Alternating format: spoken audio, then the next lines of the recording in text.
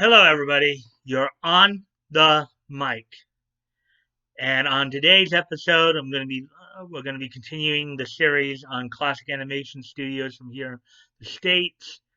Today, I'll be focusing in on Rankin Bass Productions, of course, known for their holiday specials, particularly the Christmas specials from back in the 70s, and including the franchises Rudolph the Red-Nosed Reindeer, the Little Drummer Boy, Frosty the Snowman, and Santa Claus coming to town with both stop animation and traditional animation techniques, as well as a lot of the work they did in the 80s with the Thundercats, Silverhawks, and the comic strip, most notably Tiger Sharks, Street Frogs, Mini Machines, and Karate Cat. So, without no further ado, let's get moving along here. Rankin Bass Productions Incorporated, founded as Videocraft International Limited and later known as Rankin Bass Animated Entertainment, was an American production company known for its seasonal television specials, particularly its work in stop motion animation. Rankin Bass's stop motion features are recognized by their visual style of doll like characters, um, with spheroid body parts, notably the heads, and ubiquitous powdery snow using an animation technique called Animagic. Oh, that's interesting. Um, there was actually a anime convention called Animagic at one point. See, often traditional cell animation scenes of falling snow would be projected over the action to create the effect of snowfall. Nearly all of the studio's traditional animation was outsourced to at least five Japanese animation companies: MOM Production, Toei Animation, TCJ Television TCJ, the Television Corporation of Japan, Mushi Production, and Topcraft. So Toei Animation not only did their own companies, but did their own work, but they also helped out with stuff here in the States. And that's pretty interesting. Um, let's see. So history output. So let's take a look here. Okay. Now let's take a look at the history. The company was founded in New York City by Arthur Rankin Jr. and Jules Bass on September 14th, 1960, as Videocraft International. The majority of Rankin Bass's work, including all of their Animagic stop motion productions, which they were well known for, were created in Tokyo, Japan. Throughout the 1960s, the Animagic productions were headed by Japanese stop motion animator Tadahito Moshinaga at his studio MOM Production. He was credited for his supervision as Tad Mochinaga. At the same time, Rankin Bass's traditionally cell animated works were done at Crawley Films in Canada, and later the other Japanese animation studios, Toei Animation, TCJ now, Aiken, and Mushi Production. And from the 1970s to the early 1980s, the others were animated by another of Tokyo's animation studios, Topcraft, which was formed in 1971 or 1972 in some cases, as an offshoot of Toei Animation. Many Topcraft staffers, including the studio's founder, Toru Haru, who was credited as an animation supervisor in some of Rankin Bass's specials, would go on to join its successor Studio Ghibli and work on Hayao Miyazaki's feature films, including Nausicaa of the Valley of the Wind and My Neighbor Totoro. Uh, um, In addition to the name talent that provided the narration for the specials, Rankin Bass had its own company of voice actors for, for had its own, So what they're talking about in name talent for the narration, people like Bert Ives, Shelley Booth, Jonathan Winters, Tom Bosley, Andy Griffith, um, all provided their voices for the as narrators for these specials. That's what they were talking about there. For the studio's early work, this group was based in Toronto, Ontario, where recording was supervised by veteran CBC announcer Bernard Cohen. Now, I believe Bernard Cohen, of course. Okay, yeah. This set of voice actors is also involved in a lot of the Grant Lawrence animation productions like Spider-Man and stuff like that, so I'll probably be talking about that very soon. This group included actors such as Paul Scholes, Larry D. Mann, and Paul Kligman. Maury Laws served as musical director for almost all of the animated films. Romeo Mueller um, was another consistent contributor, serving as screenwriter for many of Rankin Bass's best-known productions, including Rudolph the Red-Nosed Reindeer, The Little Drummer Boy, and Frosty the Snowman. So let's take a look at the output now. One of Videocraft's first projects was an independently produced series, The New Adventures of Pinocchio in 1960, based on Carlo Collodi's novel, The Adventures of Pinocchio, and featuring Animagic, a stop-motion animation process using figurines and puppets, a process already pioneered by George Paul's Puppetoons and Art Clokey's Gumby and Davy and Goliath. Of course, I remember seeing in syndication the Gumby and Davy and Goliath show. Davy and Goliath, I think, still be seen once in a while on TBN as well. So, managed by Moshinaga and his MOM production staffers for Videocraft with Dentsu. This was followed by another independently produced series using many traditional cell animation and based on already established characters, The Tales of the Wizard of Oz in 1961. Rudolph Era. Okay, so here's some information from the Rudolph Era, as they called it.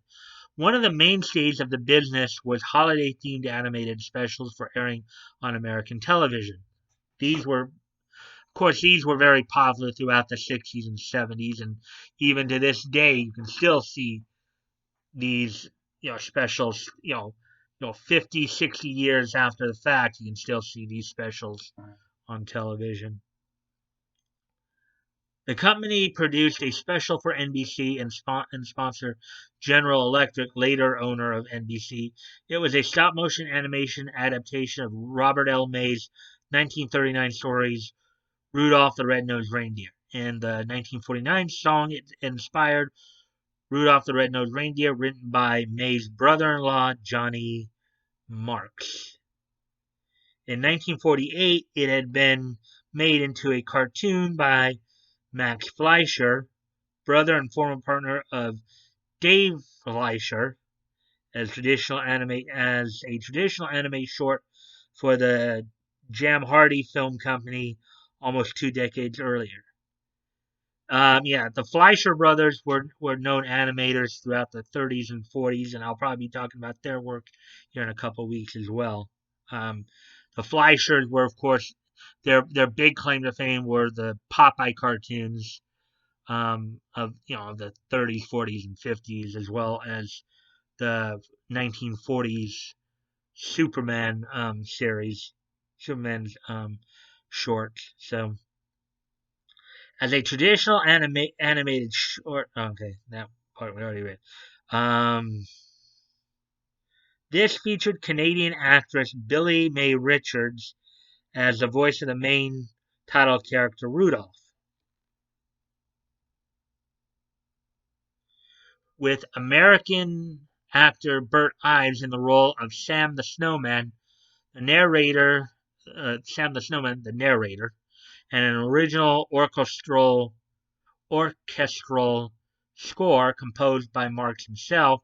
Rudolph became one of the most popular and longest running Christmas specials in television history. It remained with NBC until around 1972 when it moved to CBS. In 2019, the special will also air on Freeform as part of its 25 Days of Christmas franchise, although it will continue to air on CBS under a separate license with Universal. The special contained 7 original songs. In 1965, a new song was filmed with Annie Magic to replace We're a Couple of Misfits, titled Fame and Fortune. The success of Rudolph led to numerous other Christmas specials. The first was The Cricket on the Hearth, with a live-action prologue from Danny Thomas and the animation by TCJ. In 1967, followed by a Thanksgiving special, Mouse on the Mayflower, told by Tennessee Ernie Ford and animated by Toei Animation in 1968. For those of you who may not know who Tennessee Ernie Ford was, he was basically a country singer / actor. Some of you might have heard his song 16 Tons, which goes, 16 tons, what do you get? Another day older and deeper in debt. St. Peter, don't you call me 'cause I can't go. I owe my soul to the company store. That's basically who they're talking about here. Other holiday specials. Many of their other specials, like Rudolph, were based on popular Christmas songs. In 1968, Greer Garson provided dramatic narration for The Little Drum Boy. Greer Garson, another famous actress of the time, of course, based on the traditional song and set during the birth of the baby Jesus, and starring Puerto Rican actor Jose Ferrer as the voice of Ben Haramend.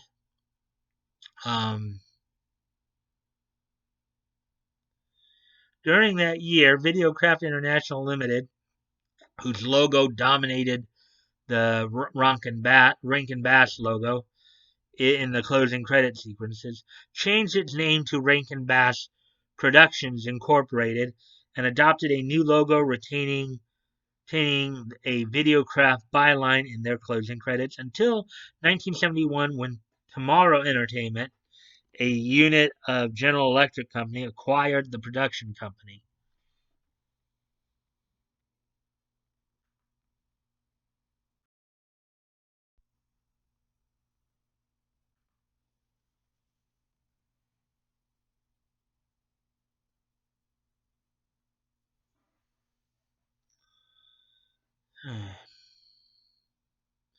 The Animagic process for The Little Drummer Boy took place at MOM Production, which was renamed Video Tokyo Production after Tadahito Moshinaga left Japan for his return trip to China following the completion of the animation Mad Monster Party, thus ending his collaboration with Rankin Bass. Takeo Nakamura, the director of Sanrio's 1979 stop-motion feature Nutcracker Fantasy, was among the Animagic team, but was never credited as a supervisor. The following year, 1969, Jimmy Durante sang and told the story of Frosty Snowman, with Jackie Vernon voicing Frosty and Osamu Tezuka's Mushi production handling the animation with supervision by Hanna-Barbera employee Yusaku Steve Nakagawa. Again, I know some of you may not know some of these names, like Jimmy Durante and Jackie Vernon and Greer Garson. They were more well known at the time these specials came out. But some of you would obviously know their voices if you've seen these specials enough over the years. Jimmy Durante, you could almost argue that Jimmy Durante is almost pretty synonymous with Frosty the Snowman from this because of this special. Okay. 1970 brought another Christmas special, Santa Claus is Coming to Town. Rankin Bass enlisted Fred Astaire as narrator, SD Special Delivery Kluger, a mailman answering children's questions about Santa Claus and telling his origin story. Among the many legends out there, and the special goes into how he got all the different names and so that. Fred Astaire was at the time, of course, well known, I think, for his works more in the 50s and 60s, but you know, he along with Ginger Rogers were in a number of movies because they were known as professional dancers as well, so they were actors slash dancers. Okay, so the story involved young Kris Kringle, voiced by Mickey Rooney, and the villainous Burgermeister Meisterburger. Try saying that one 3 times fast. Voiced by Paul Frees. Paul Frees was another person who became synonymous with a lot of these Christmas specials. He was in a number, he was basically in a number of them. I know from what I understand, he not only voiced Burgermeister, but I think he might have voiced Jack Frost as well, I believe. So Kringle later marries the town's schoolteacher, Miss Jessica, voiced by Roby Lester. Kizu Nakashima, the associate director of Rankin Bass's previous Animagic productions, was credited as production supervisor.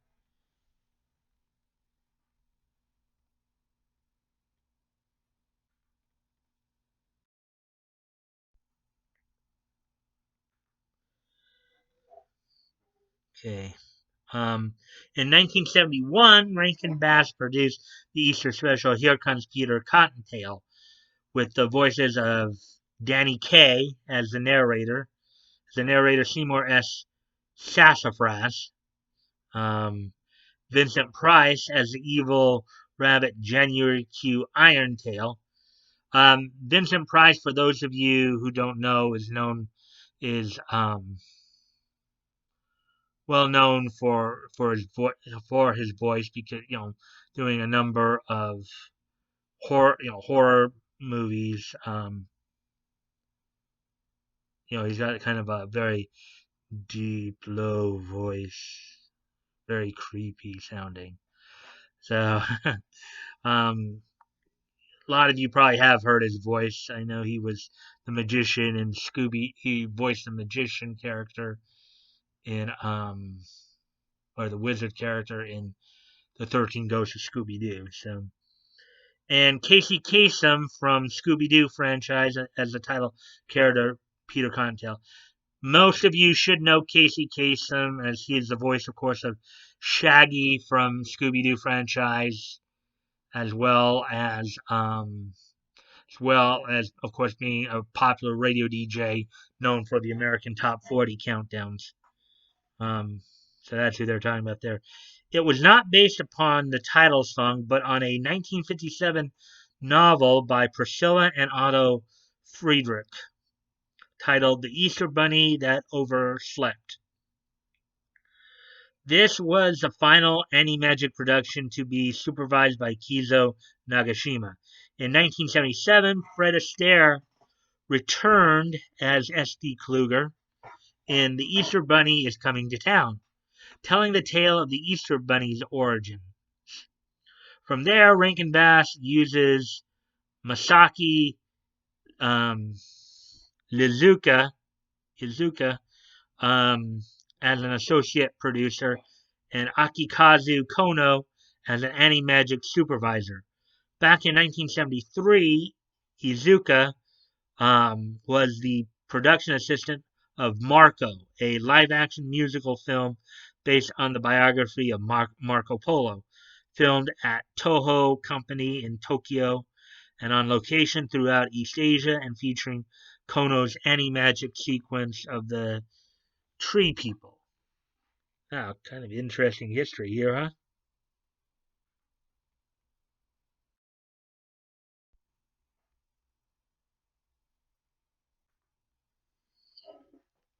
In 1974, Rankin Bass's Productions was relaunched once again as an independent production company and produced another Christmas special, The Year Without a Santa Claus, featuring Shirley Booth, voicing narrator Mrs. Claus, Mickey Rooney returning as the voice of Santa Claus, and supporting characters Snow Miser, voiced by Dick Shawn, and Heat Miser, voiced by George S. Irving. It was the first Rankin Bass Animagic production on which Akikazu Kono and puppet maker Ichiro Komura share in the production supervision. It was remade as a poorly received live action TV movie shown on NBC in 2006, starring Delta Burke and John Goodman as Mrs. Claus and Santa.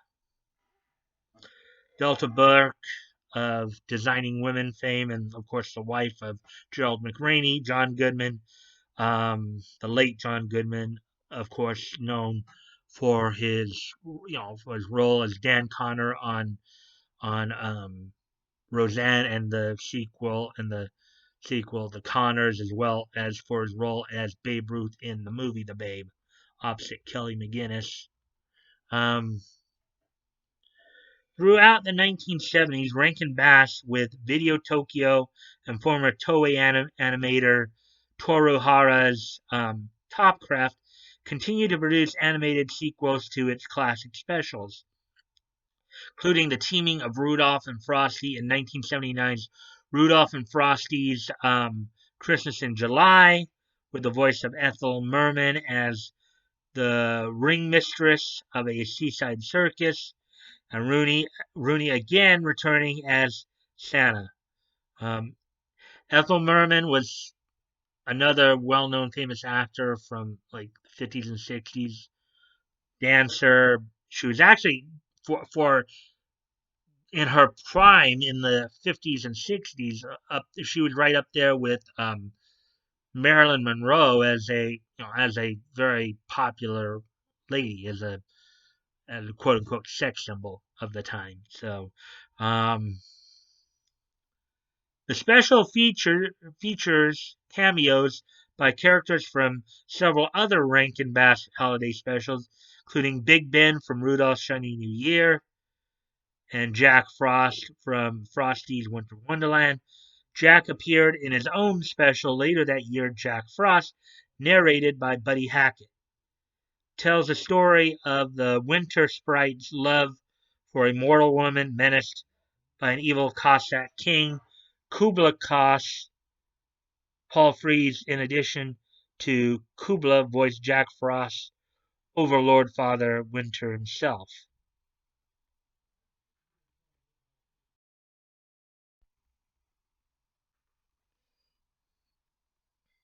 Among Rankin Bass, hold on.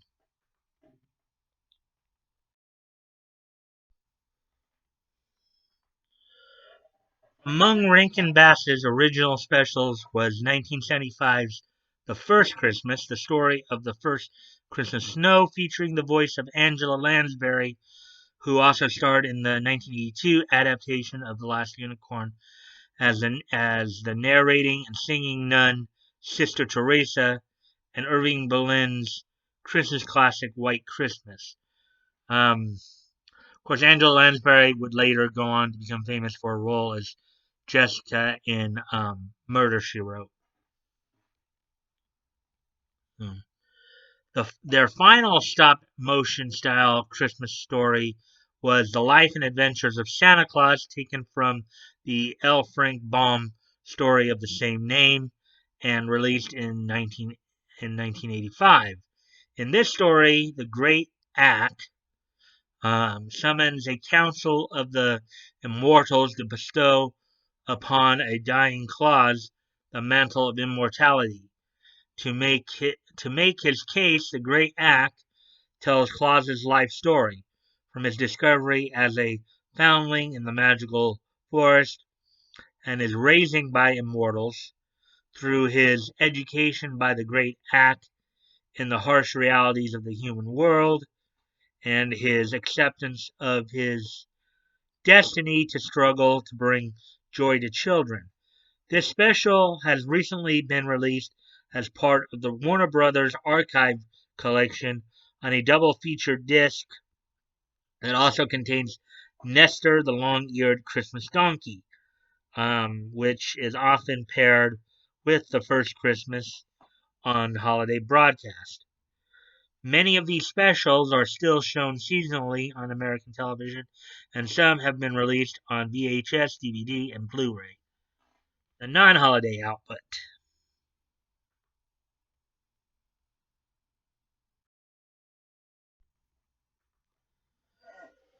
Okay, so the non-holiday output. Throughout the 1960s, Videocraft produced other stop-motion and traditional animation specials and films, some of which were non-holiday stories.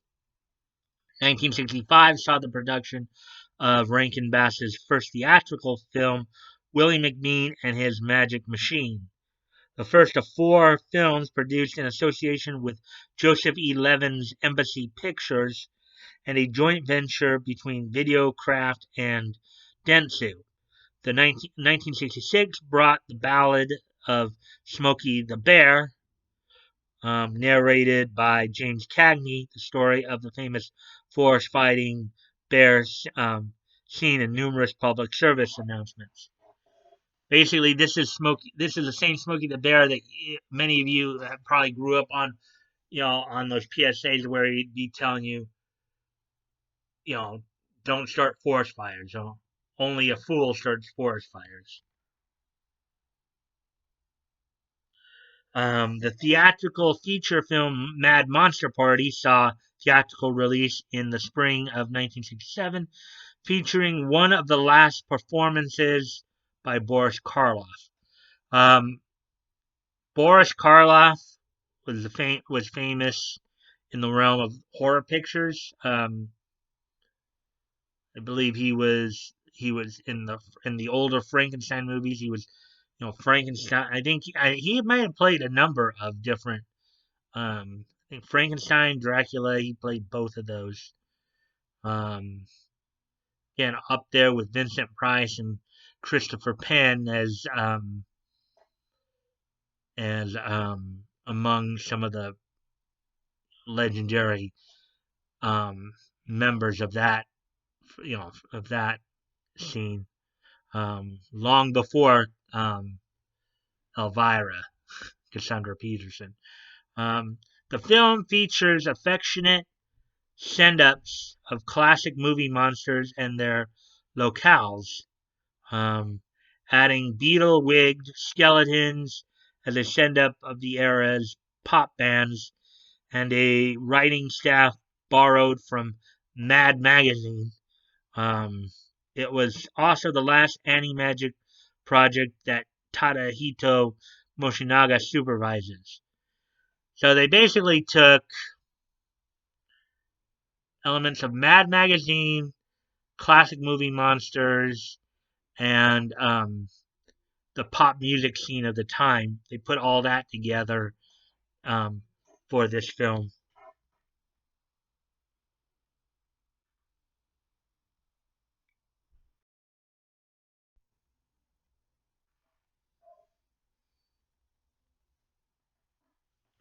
In 1972 and 1973, Rankin Bass produced four animated TV movies for the ABC Saturday Superstar movie Mad, Mad, Mad Monsters. So, okay, so these are the four. Now, I talked a bit about it, of course, when I did the Saturday morning cartoon special on Friday. Um, but these are basically the four.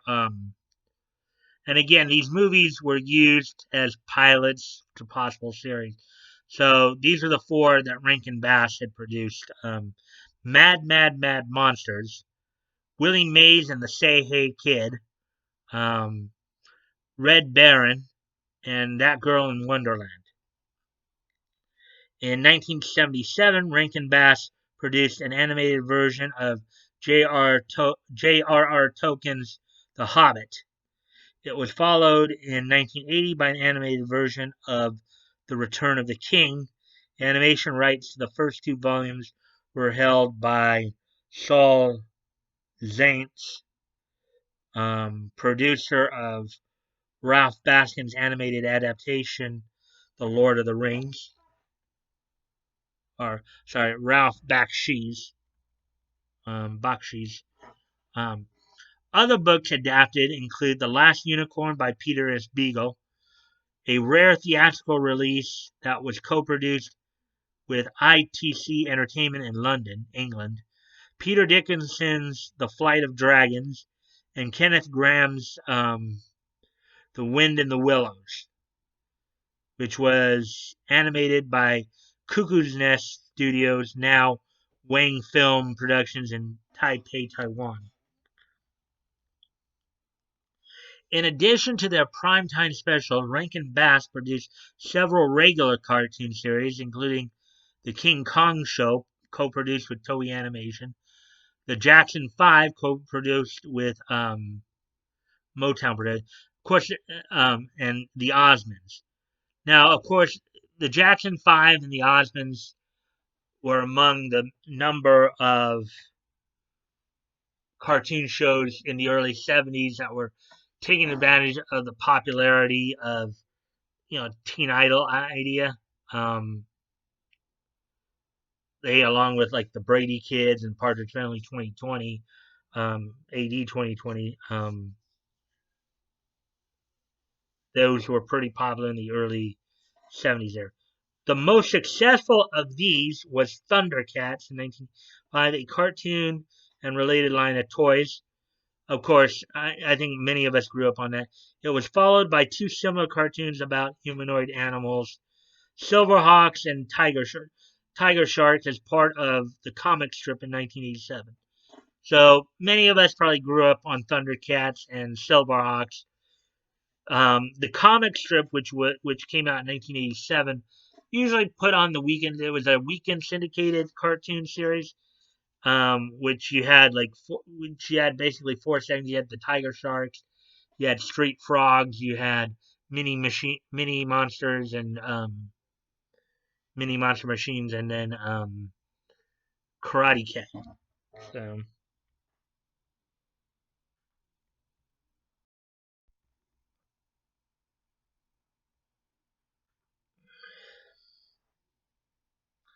eh.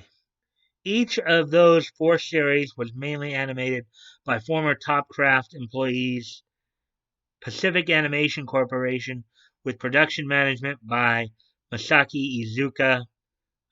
Just before the studio was bought by Disney and renamed Walt Disney Animation Japan in 1988, neither enjoyed the same commercial success.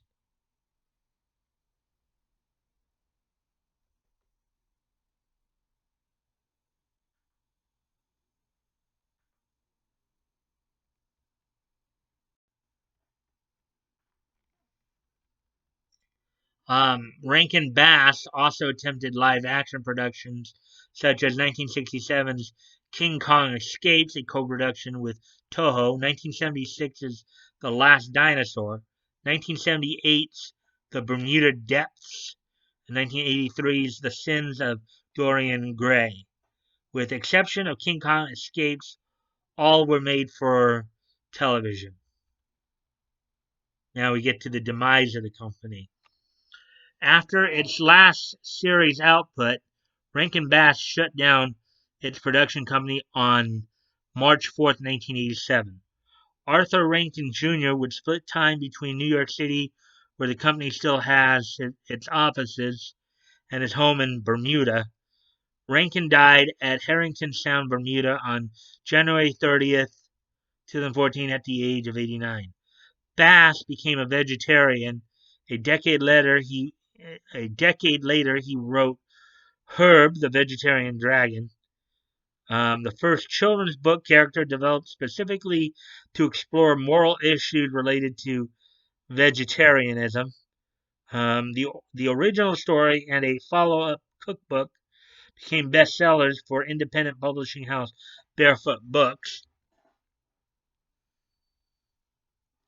In 1999, Rankin Bass joined forces with James G. Robinson's Morgan Creek Productions and Ness Family Entertainment, creators of the Swan Princess franchise, for the first and only anime adaptation of Rodgers and Hammerstein's musical The King and I. Um, Based on a treatment by Rankin, distributed by Warner Brothers Family Entertainment. The film flopped at the American box office, and many American film critics took it to task for its depictions of offensive ethnic stereotyping. Of course. Of course they did. Never mind that there was probably a context from which the story was written in the first place, but hey ho.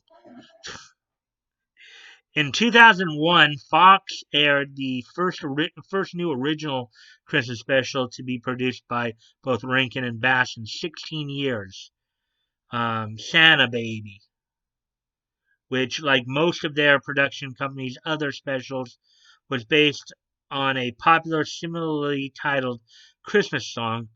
It's talking about Rankin Bass Productions, of course. Santa Baby stood out from its predecessors due to its use of African American characters and voice performers such as Patti LaBelle, famous Grammy Award winning singer and songwriter, who was a narrator in this. Eartha Kitt, the third Catwoman in the Batman live action series. Gregory Hines, Vanessa L. Williams. I don't know if that's the one who was a singer actress or if that was the one who. Let me double check that. Vanessa L. Williams. Let's see.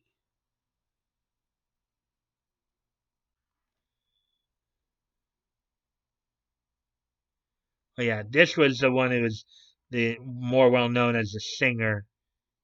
Um,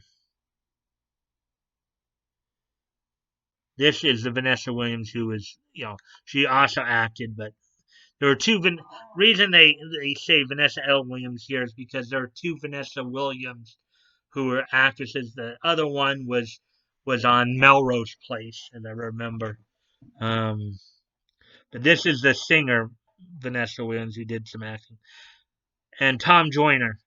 Santa Baby turned out to be the final Rankin Bass produced special. The Rankin Bass partnership was officially dissolved shortly after, with most of its remaining assets acquired by Warner Brothers Television.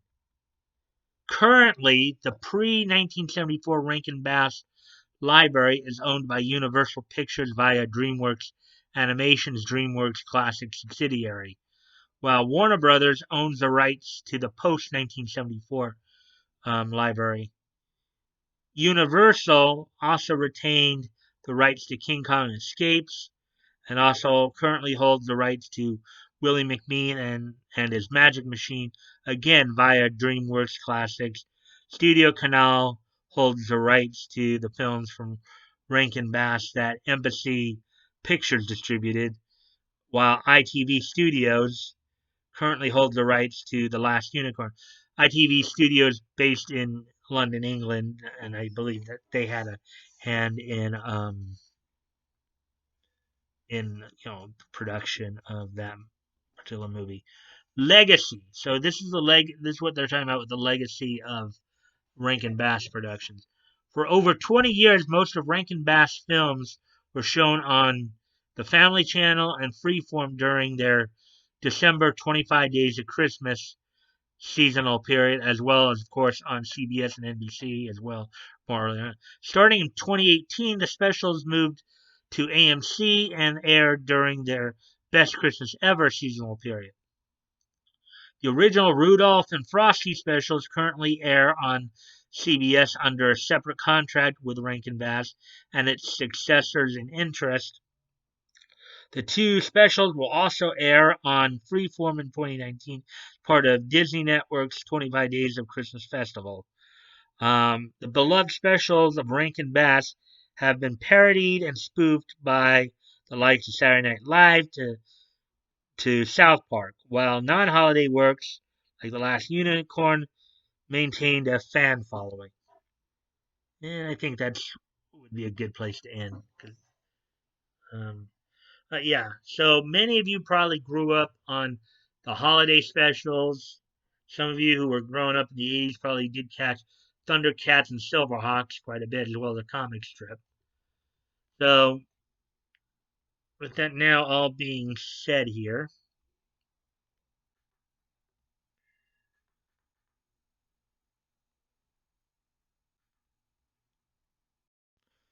okay, with that being said now, guys can check the link below if you want to contact me directly. Wait, actually, I forgot one more thing before into that.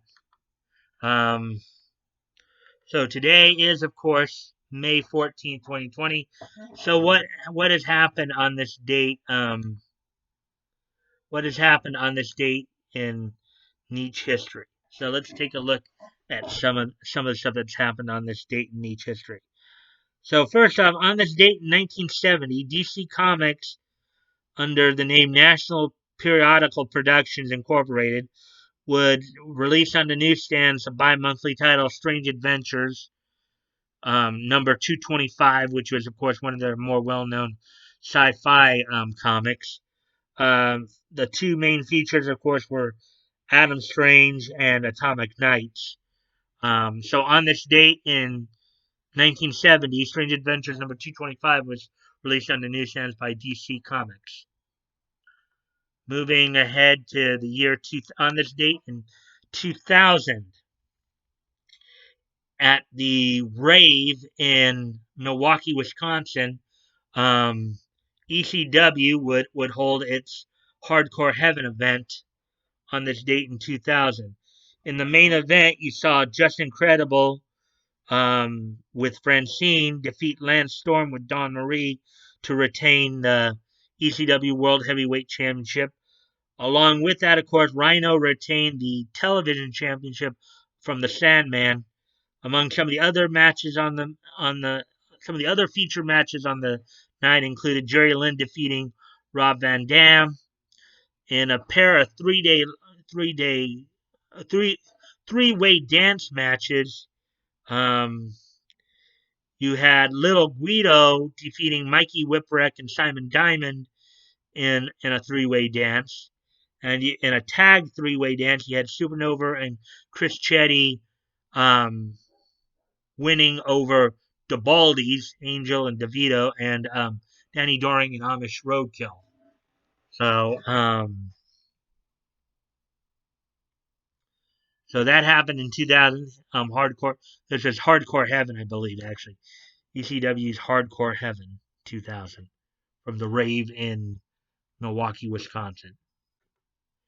And on this date in 2005, the anime adaptation of Alice Academy, known in Japan as Gaku and Alice, would complete its original run on NHK BS2. On this date in 2005, Alice Academy would finish its initial Japanese run on NHK BS2. So, so yeah, now, if you guys would like to check the link below, you can contact me directly through my Discord. You can DM me on my Discord and check out the Discord if you'd like.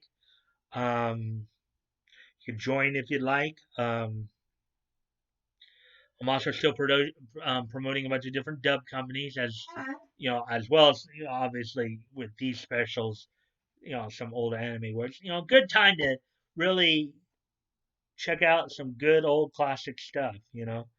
Um, Remember, on the dub side of it, Funimation is not the only game in town, so there's other working guys can check out, show your support for. Also, I'm still promoting the GoFundMe's. As always, guys, never feel like you have to donate. If it's on your heart to do so, and you feel like you have the means to, and it's on your heart to do so, please consider donating. If you already donated, please consider donating again. And if you cannot donate, still help out the cause by sharing the link. Sharing is caring.